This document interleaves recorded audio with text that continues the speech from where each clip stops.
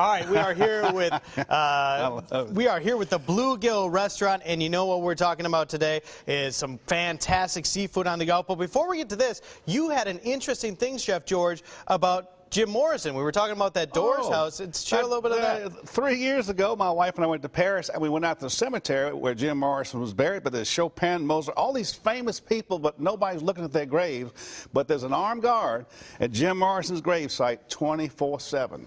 Wow. What are they going to steal? The dirt? Yeah, I don't know. I wonder. I said, this is crazy. And you try to get too close, and they get back like that. So. Well, I guess that story, though, and the house kind of just shows what a huge following that still has an impact on the next another generation. Just amazing. And you know what? Your food's going to have an impact for generations to come. What are we working on today? This is wonderful. This is based on the New England clam chowder recipe, but we're going to go with good old Gulf seafood. Hey, there you go. What we've already started to do, I have a little olive oil in the pot, the soup pot here.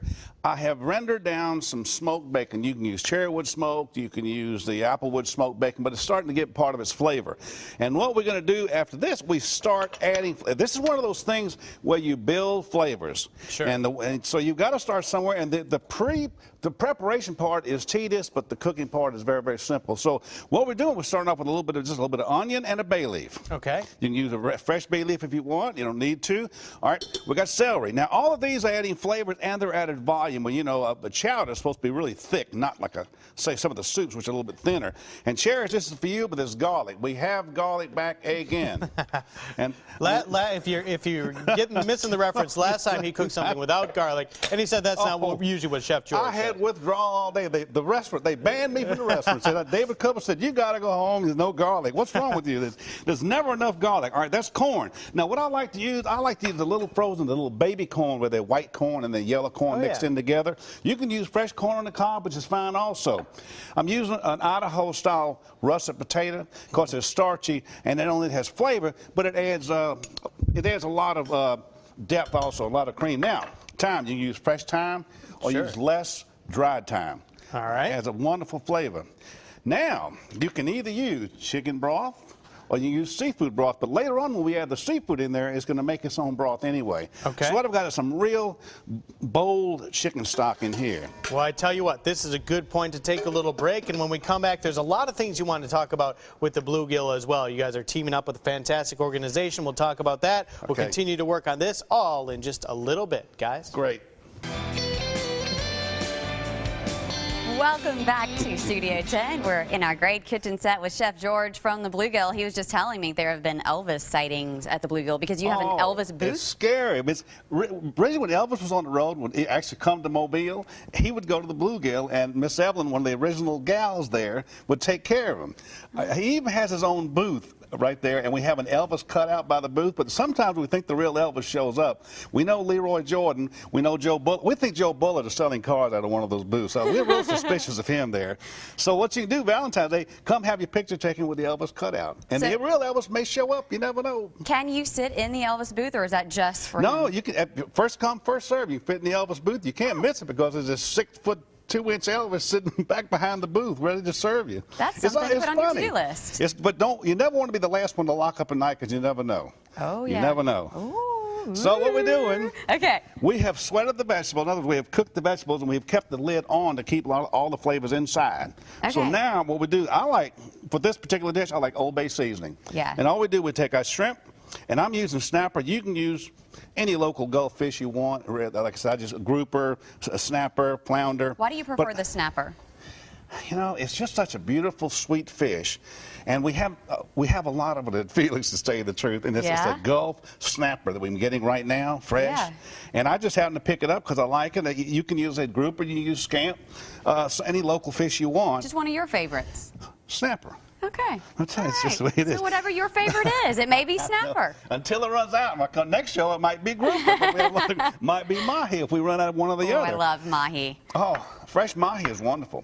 All the grill it, you can't beat it. It's got a flavor all its own. You don't need to hide it with a lot of sauces either. Yeah. But all we're going to do, we put the seafood in now. Okay.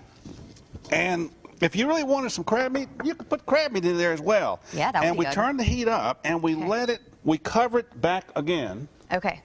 And we let that simmer for about 5 or 6 more minutes. Okay. Between now and when I see you later on, I'm going to add some heavy cream and some milk.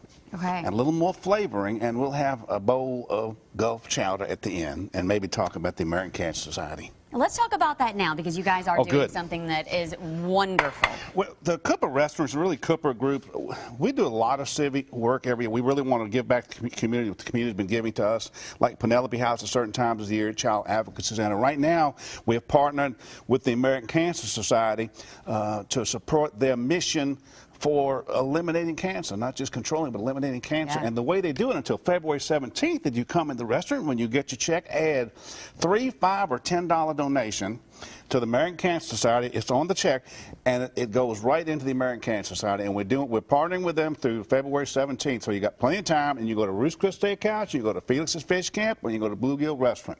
Wonderful. Not just a bar anymore, a restaurant. There you go. That is wonderful. It truly is. That's what the Coopers do. They give a lot back. That's great. And great food while you're there. This doesn't even work. This is when it starts being fun, I'm supposed to turn the lights off and go home. Exactly. I haven't done it yet. Now, make sure you get this recipe, and you can also get that information on our website. It's under the Studio 10 tab on fox10tv.com. We'll see how it all turns out in just a few minutes. Good morning to everybody who's just joining us. Thank you so much for watching this morning. They're late. They bring a note from home or something? You're late. Hey, but you're just in time to see some good food here on Studio 10. Chef George is with us from Bluegill. And I'm going to let you let everybody know what you've been working so hard on. Look, we've just finished. I can't even name all the vegetables that are in there, but there's so many flavors in here, and we finished it up, and it's actually it's that fast to make it. Just during the course of the show, we start to finish. What I like to do at the very end is put a little unsalted butter in there. Yeah. A little margarine if you want. Yeah. I love Tabasco or Crystal. These are the newest sensations. I love these. These are mini saltine crackers. I had to think what they're called because they're so new. You may not even find them in your local store, but if you do, they're better than oyster crackers. And they just add such a nice flavor to this. And if you want to get a version of this chowder, go to Bluegill and get the corn and crab chowder. That sounds good, too. Oh, it's wonderful. It's sounds very popular very soup. good. And we were talking earlier about some restaurants saying they don't like people taking pictures of the food, but I love to see pictures of food from restaurants because sometimes I'll see something and say, ooh, where was that taken? I have to go eat at that restaurant. Come take a picture. Better yet, go like Bluegill, Roost Chris Steakhouse, or Felix's on Facebook, and we're going to picture you to death.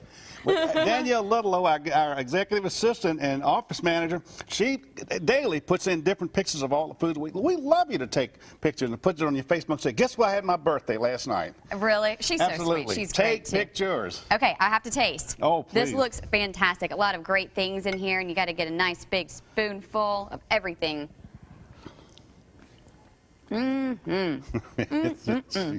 Just the right sweetness. She has to say that, but it's true. Technically, I don't. I mean, I like to say that, but it's really hard for me to hide my expressions. That is very good, and I love the corn. It gives it sweetness. Make sure you grab this recipe. Studio 10 tab on fox10tv.com. Thank you so much. Thank you very much. It's been a pleasure. Come see us.